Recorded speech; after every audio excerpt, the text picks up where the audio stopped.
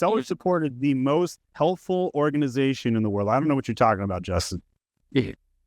And this is insane. You're the classic entrepreneur, okay? You took your customer avatar, which was you, and are like, I think all the market options suck. I'm going to come in and make something better. And then you're like, I got a piece of paper out. I drew it up, started a Kickstarter. Then I looked at Amazon and I'm like, this dingbat over here is selling 1,000 of them. I can do better than that. And boom, you open up an account. People who buy Giftables are more likely to leave a 5-star review. Your 4.7 star average in a giftable category would be like a 4.5, a 4.4 in an average other categories. I love that about Giftables. That's why I sold giftable items myself. I'm very into that. But keep going. You launched during Christmas, giftable season, best time to launch a giftable product. And I almost sold out like in December. So the first week that I had, I think I bought 300 or 400, which I used like all of my money.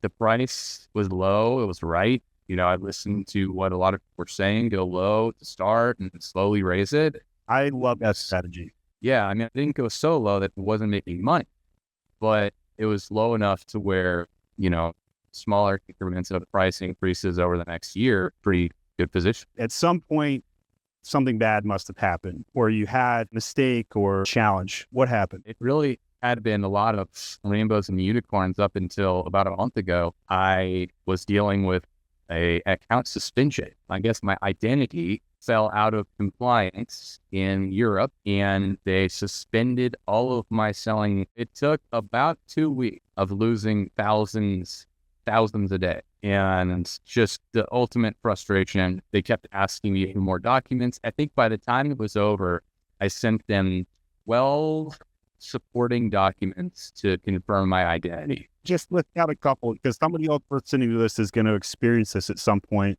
What are they ready for? Okay. Well, you shouldn't be ready to provide what I provide. This is insane. Okay, let's go with the first one, passport. So I had my passport. Your passport wasn't expired or anything, right?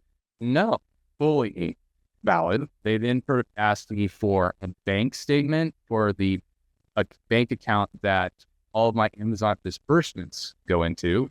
Provide. Wasn't accepted because I used a different DBA. So I actually had the bank change my DBA to match perfectly as to what they had on their records. And the bank probably made you send them a signed document, so you had to do all that. I actually quite like my bank. They know me there, do a lot of business with them, like me. So after that, they wouldn't accept the new bank statement. They asked me for bank letter on letter that I own the bank statement that I provide. So I went into the bank. I need you to write certified letter on letterhead saying that I own the account that I own and I am who I am. And then not only that, but I was so irritated at that point, I had the bank take a picture of me holding up my passport and the letter. Inside of the bank. Inside the bank. Sent that to them. Not good enough.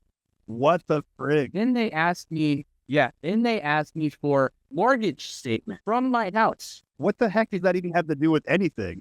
To prove that I own where I live, where I'm associated with where I live. I sent them that, not good enough, and have been talking with an attorney's office to say that this is insane.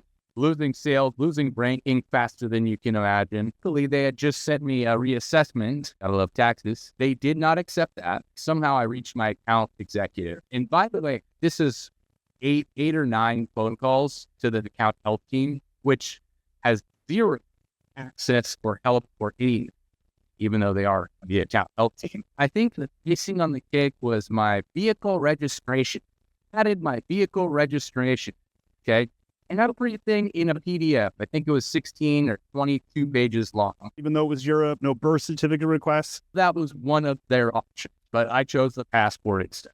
Compiled everything in one PDF, sent it to my account manager and back to them. And then 2 days later, voila, zero explanation. You never found out what was wrong with the documents or how they were scanned or anything like that? No lead on that? Zero explanation. I don't know what document was actually accepted. I submitted so many documents with my full name, my address. You try submitting the documents in a different format. For example, taking a PDF, printing it, then scanning it. You even tried that? I did everything you can imagine. Okay. A scan, printed, like you say, pictures, JPEG, PDF, you name it, I tried. The reason I bring these up, not to make you relive the trauma, but sometimes it's good to talk about the trauma. These are the things that we try and get around Amazon's system. Sometimes they don't like how the document was scanned, or if like the corner isn't present in the image, they'll use that as an excuse to claim it's not a real document or not official. But I've never heard of the lengths of documents that Justin had to go through. That's an impressive feat. You have some war battle experience that I've never heard somebody have to go through. I've heard, passport, identity verification, sure, give me a business document, okay, utility bill. But the level, I can't say congratulations, but I feel like you deserve an award. Amazon problems? No worries. That's what we, My Amazon Guy, are here for. Scan the code or click the link and let's make your store a success.